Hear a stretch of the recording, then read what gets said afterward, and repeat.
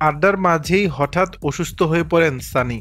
ব্যক্তিজীবনে বেশ হাস্যোজ্জ্বল ও আড্ডা সুলভ ছিলেন ছোট পর্দার অভিনেতা শাহবাজ সানি। আর সাধারণ দিনের মতো রোববার রাতেও সহশিল্পীদের নিয়ে আড্ডা দিচ্ছিলেন চায়ের দোকানে। কিন্তু তার ঘন্টা কয়েক পরেই নিয়তি অন্য কিছু বলতে যাচ্ছে, তা বোধহয় চিন্তাও করেননি তার সঙ্গীরা।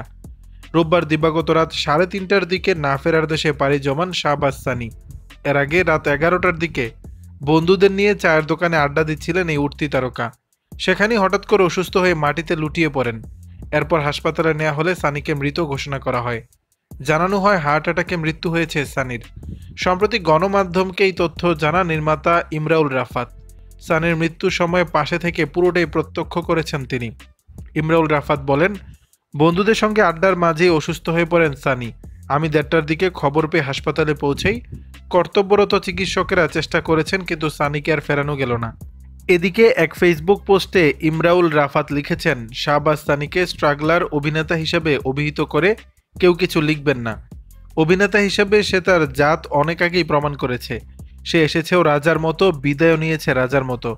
দর্শক, বিষয়টি নিয়ে আপনাদের মতামত জানাবেন নিচের কমেন্ট বক্সে।